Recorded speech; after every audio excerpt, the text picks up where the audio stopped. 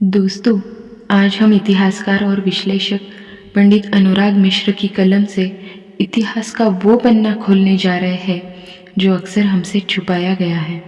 हम अक्सर जयचंदों और मानसिंह की गद्दारी की तो बात करेंगे, पर जिन विदेशी आक्रांताओं और बर्बर लुटेरों की वजह से भारत स्थित मूल समाज आहत हुआ है, उनको द ग्रेट कैसे बनाया गया, इस विषय में कभी प्रश्न नहीं करेंगे। तो चलो अभी से इसकी शुरुआत तो करें। आखिर क्या है जोधा अकबर के प्रेम कहानी की सच्चाई? अकबर की वो सच्चाई जो मतलबी इतिहासकारों ने छुपाई और जोधा अकबर की प्रेम कहानी की झूठी कहानी रच दी। अकबर जोधाबाई के विवाह की सच्चाई। आज़ादी के बाद की भारतीय शिक्षा व्यवस्था में जिस तरह तोड़ मरोड़ कर विदेशी बर्बर लुटेरों और आक्रांताओं का महिमा मंडन किया गया है, वो विश्व इतिहास में दुर्लभतम घटना है, क्योंकि विश्व इतिहास में किसी भी देश ने आज़ाद होने के बाद सबसे पहले अपनी गुलामी के निशानों को खत्म किया, जिससे उनकी आने वाली पीढ़ियां गुलामी की मानसिकता से बाहर निकल सके और उनके मन मस्तिष्क में भी कभी भी अपराध का बोझ न रहे। किंतु भारत विश्व में एकमात्र ऐसा देश है जिसने भारतीय हिंदुओं की हत्या करने वाले, उनके मंदिरों और औरतों को लूटने वाले मुगल आक्रांताओं के बर्बर इतिहास को अपनी शिक्षा व्यवस्था में सर्वोत्तम स्थान दिया है और यहाँ के मूल निवासियों को डरपोक और कायर सिद्ध करने का भरसक कुत्सित प्रयास किया। इसी प्रयास में एक कड़ी है मुगल आक्रांता अकबर और राजपूत क्षत्राणी जोधाबाई का विवाह, जिसे भारतीय इतिहास में महत्वपूर्ण स्थान दिया जाता है। यहाँ तक कि इस विषय पर फिल्में और टीवी धारावाहिक भी बनते रहते हैं। इस तरह की कपोल कल्पित घटनाएं भारतीय हिंदू समाज को सदैव नीचा दिखाने का प्रयास करती रहती है और राजपूतों के साथ ही साथ सभी हिंदुओं के मन मस्तिष्क में भी जहर घोलती रहती है। ऐसी मनगढ़ंत कल्पनाओं से हमारा इतिहास भरा पड़ा है और उसका सबसे बड़ा कारण है भारत की शिक्षा व्यवस्था, जिसने सदा ही भारतवर्ष के मूल निवासियों के मन में कुंठा का विष बोया है। आपको जानकर आश्चर्य नहीं होना चाहिए कि ऐसा हुआ क्यों। तो उसका मूल कारण है स्वतंत्र भारत के इतिहास में कई हिंदू समाजद्रोही शिक्षा मंत्री का होना। यहाँ गौर करने वाली बात यह है कि अकबरकालीन किसी भी इतिहासकार ने जोधा और अकबर के इस तथाकथित प्रेम कहानी का कहीं भी कोई वर्णन नहीं किया। सभी इतिहासकारों ने अकबर की सिर्फ मुख्य 5 बेगम बताई है: सलीमा, मरियद उद जमानी, रजिया बेगम, कासिम बानु बेगम, बीबी दौलत शाह। अकबर सुंदर महिलाओं का करता था अपहरण। यहाँ ये नहीं भूलना चाहिए कि अकबर के समय तत्कालीन समाज में वेश्यावृत्ति को अकबर का खुला संरक्षण प्राप्त था। उसकी एक बहुत बड़ी हरम थी जिसमें हजारों हिंदू स्त्रियां थीं। इनमें अधिकांश स्त्रियों को बलपूर्वक अपहरित करवा कर वहाँ रखा हुआ था। उस समय में सती प्रथा भी जोरों पर थी। तब कहा जाता है कि अकबर के कुछ लोग जिस सुंदर स्त्री को सती होते देखते थे, बलपूर्वक जाकर सती होने से रोक देते और उसे सम्राट की आज्ञा बताते तथा उस स्त्री को हरम में डाल दिया जाता था। हालांकि इस प्रकरण को अकबर के दरबारी इतिहासकारों ने कुछ इस ढंग से कहा है कि इस प्रकार बादशाह सलामत ने सती प्रथा का विरोध किया और उन अबला स्त्रियों को संरक्षण दिया। अपनी जीवनी में अकबर ने स्वयं लिखा है, यदि मुझे पहले ही यह बुद्धिमत्ता जागृत हो जाती तो मैं अपनी सल्तनत की किसी भी स्त्री का अपहरण कर अपने हरम में नहीं लाता। इस बात से यह तो स्पष्ट ही हो जाता है कि वह सुंदरियों का अपहरण करवाता था। इसके अलावा अपहरण न करवाने वाली बात की निरर्थकता भी इस तथ्य से ज्ञात होती है कि न तो अकबर के समय में और न ही उसके उत्तराधिकारियों के समय में हरम बंद हुई थी, बल्कि औरतों लड़कियों का शोषण और उनसे जबरन संबंध बनाना आम बात थी। अकबर नग्न प्रदर्शन के लिए बाध्य करता था। आईने अकबरी के अनुसार अब्दुल कादिर बदायूनी कहते हैं कि बेगमें कुलीन दरबारियों की पत्नियां अथवा अन्य स्त्रियां जब कभी भी बादशाह की सेवा में पेश होने की इच्छा करती है तो उन्हें पहले अपनी इच्छा की सूचना देकर उत्तर की प्रतीक्षा करनी पड़ती है। जिन्हें यदि योग्य समझा जाता है तो हरम में प्रवेश की अनुमति दी जाती है। अकबर अपनी प्रजा को बाध्य किया करता था कि वह अपने घर की स्त्रियों का नग्न प्रदर्शन करने के लिए सामूहिक रूप से आयोजित कार्यक्रमों में पेश करे, जिसे अकबर ने खुदारोज मतलब प्रमोद दिवस का नाम दिया हुआ था। इस उत्सव के पीछे अकबर का एकमात्र उद्देश्य सुंदरियों को अपने हरम के लिए चुनना था। गोंडवाना की रानी दुर्गावती पर भी अकबर की कुदृष्टि थी। उसने रानी को प्राप्त करने के लिए उसके राज्य पर आक्रमण कर दिया। युद्ध के दौरान वीरांगना ने अनुभव किया कि उसे मारने की नहीं वरना बंदी बनाने का प्रयास किया जा रहा है। तब रानी दुर्गावती ने अपनी ही गर्दन काटकर अमरत्व प्राप्त कर लिया। उस समय अकबर ने उसकी बहन और पुत्रवधू को बलपूर्वक अपने हरम में डाल दिया। अकबर ने यह प्रथा भी चलाई थी कि उसके पराजित शत्रु अपने परिवार एवं परिचारिका वर्ग में से चुनी हुई महिलाएं उसके हरम में भेजेंगे। जोधाबाई के बारे में झूठी अफवाह फैलाई गई।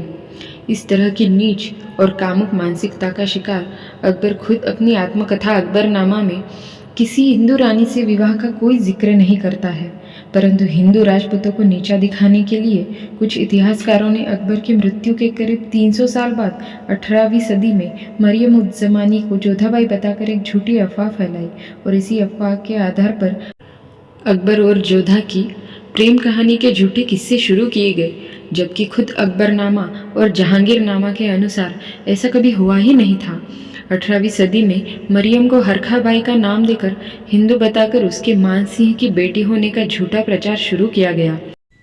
फिर 18वीं सदी के अंत में एक ब्रिटिश लेखक जेम्स टॉड ने अपनी किताब analysis and antics of Rajasthan में मरियम से हरखा बाई बनी इसी रानी को जोधाबाई बताना शुरू कर दिया और इस तरह ये झूठ आगे जाकर इतना प्रबल हो गया कि आज यही झूठ भारत के स्कूलों के पाठ्यक्रम का हिस्सा बन गया है और जन जन की जुबान पर यह झूठ सत्य की तरह आ चुका है। और इसी झूठ का सहारा लेकर राजपूतों और हिंदू समाज को नीचा दिखाने की कोशिश जारी है। जब भी आप जोधाबाई और अकबर के विवाह प्रसंग को सुनते होंगे तो मन में कुछ अनुत्तरित सवाल अवश्य कौंधने लगते होंगे कि अपनी आन बान और शान के लिए मर मिटने वाले शूरवीरता के लिए पूरे विश्व में प्रसिद्ध भारतीय क्षत्रिय क्या अपनी अस्मिता से इस तरह का तुच्छ समझौता कर सकते थे? क्या हजारों की संख्या में एक साथ अग्निकुंड में जौहर करने वाली क्षत्राणियों में से कोई स्वेच्छा से किसी मुगल से विवाह कर सकती थी? जोधा और अकबर की प्रेम कहानी पर केंद्रित अनेक फिल्में और टीवी धारावाहिक हमारे मन की टीस को और ज़्यादा बढ़ा देते हैं, जबकि मुगल इतिहासकारों ने भी कभी इस विवाह का कहीं वर्णन नहीं किया और न ही जोधाबाई का कहीं कोई उल्लेख मिला है। तुजुक ए जहांगीरी जो जहांगीर की आत्मकथा है, उसमें भी आश्चर्यजनक रूप से जहांगीर ने अपनी माँ जोधाबाई का एक बार भी जिक्र नहीं किया। हाँ, कुछ स्थानों पर हीर कुंवर और हरकाबाई का जिक्र जरूर मिलता है। यहाँ तक कि इंटरनेट पर अकबर की विकिपीडिया में भी इस विवाह का कोई वर्णन नहीं है। इतिहास में दर्ज कुछ तथ्यों के आधार पर पता चलता है कि आमेर के राजा भारमल को दहेज में रुक्मा नाम की एक पर्सियन दासी भेंट की गई थी, जिसकी एक छोटी पुत्री भी थी। रुक्मा की बेटी होने के कारण उस लड़की को रुक्मा बिट्टी नाम से बुलाते थे। आमेर की महारानी ने रुक्मा बिट्टी को हीर कुंवर नाम दिया। चूंकि हीर कुंवर का लालन पालन राजपूताना में हुआ, इसलिए वह राजपूतों के रीति रिवाजों से भली भांति परिचित थी। राजा भारमल उसे कभी हीर कुंवर नहीं तो कभी हरका कहकर बुलाते थे। उत्तराधिकार के विवाद को लेकर जब पड़ोसी राजाओं ने राजा भारमल की सहायता करने से इनकार कर दिया तो उन्हें मजबूरन अकबर की सहायता लेनी पड़ी। इस सहायता के बदले में अकबर ने राजा भारमल की पुत्री से विवाह की शर्त रख दी, तो राजा भारमल ने क्रोधित होकर प्रस्ताव ठुकरा दिया था।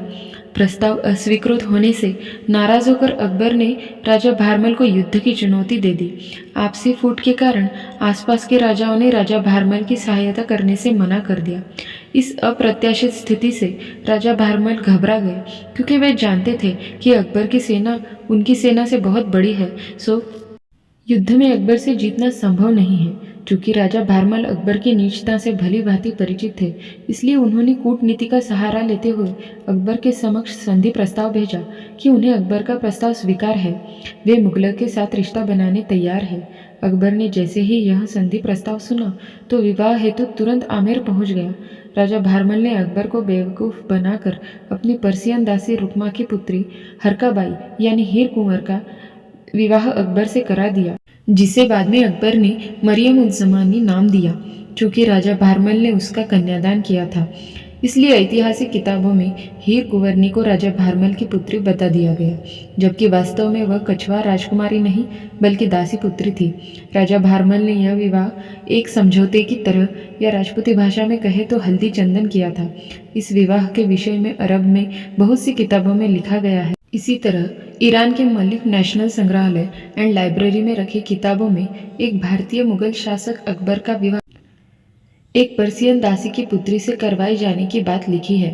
अकबर ए महुरियत में यह साफ साफ लिखा है कि हमें इस हिंदू निकाह पर संदेह है, क्योंकि निकाह के वक्त राजभवन में किसी की आंखों में आंसू नहीं थे और ना ही हिंदू गोद भराई की रस्म हुई थी। पंडित अनुराग मिश्र द्वारा बताया गया वो सच जो आज तक छुपाया जाता रहा।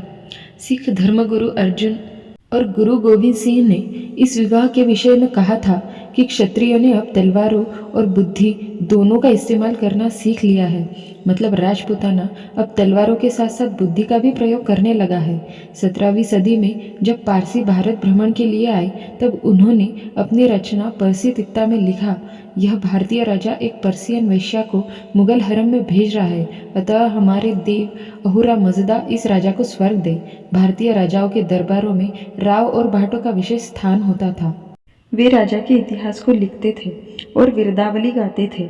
उन्होंने साफ साफ लिखा है, गढ़ आमेर आई तुर्कान फौज ले ग्याली पसवान कुमारी राण राज्य राजपुता ले ली इतिहासा पहली बार ले बिन लड़िया जीत। मतलब कि आमेर किले में मुगल फौज आती है और एक दासी की पुत्री को ब्याह कर ले जाती है। ये ऐसे कुछ तथ्य हैं जिनसे एक बात पूरी तरह साफ हो जाती है कि इस देश के टिकाऊ इतिहासकारों ने जानबूझकर गौरवशाली क्षत्रिय समाज को नीचा दिखाने के उद्देश्य से ऐतिहासिक तथ्यों से छेड़छाड़ की और यह कुप्रयास अभी भी जारी है। अकबर के हिंदू सामंत भी उसकी अनुमति के बगैर मंदिर निर्माण तक नहीं करा सकते थे। बंगाल में राजा मानसिंह ने एक मंदिर का निर्माण बिना अनुमति के आरंभ किया तो अकबर ने पता चलने पर उसे रुकवा दिया और 1595 में उसे मस्जिद में बदलने के आदेश दिए। इस कुत्सित मानसिकता के अकबर के साथ क्षत्राणी जोधा का विवाह एक नीच कल्पना से अधिक कुछ नहीं है, किंतु अब ऐसे कुत्सित मानसिकता वाले हिंदू विरोधी इतिहासकारों के फैलाए इस षड्यंत्र को हिंदू समाज पूरी तरह समझ चुका है। इसलिए अब यह षड्यंत्र अधिक दिन तक नहीं चलेगा। साथ ही आज का हिंदू समाज लगभग हर स्थान पर इन गढ़ी गई इन झूठी और हिंदुओं को नीचा दिखाने वाली बातों का खुलकर विरोध करना सीख चुका है, क्योंकि सत्य परेशान तो हो सकता है किंतु पराजित नहीं। इसीलिए सनातन धर्म कहता है कि सत्यमेव जयते, अर्थात चाहे जितना भी समय लगे किंतु अंत में जीत सदैव सत्य की ही होती है।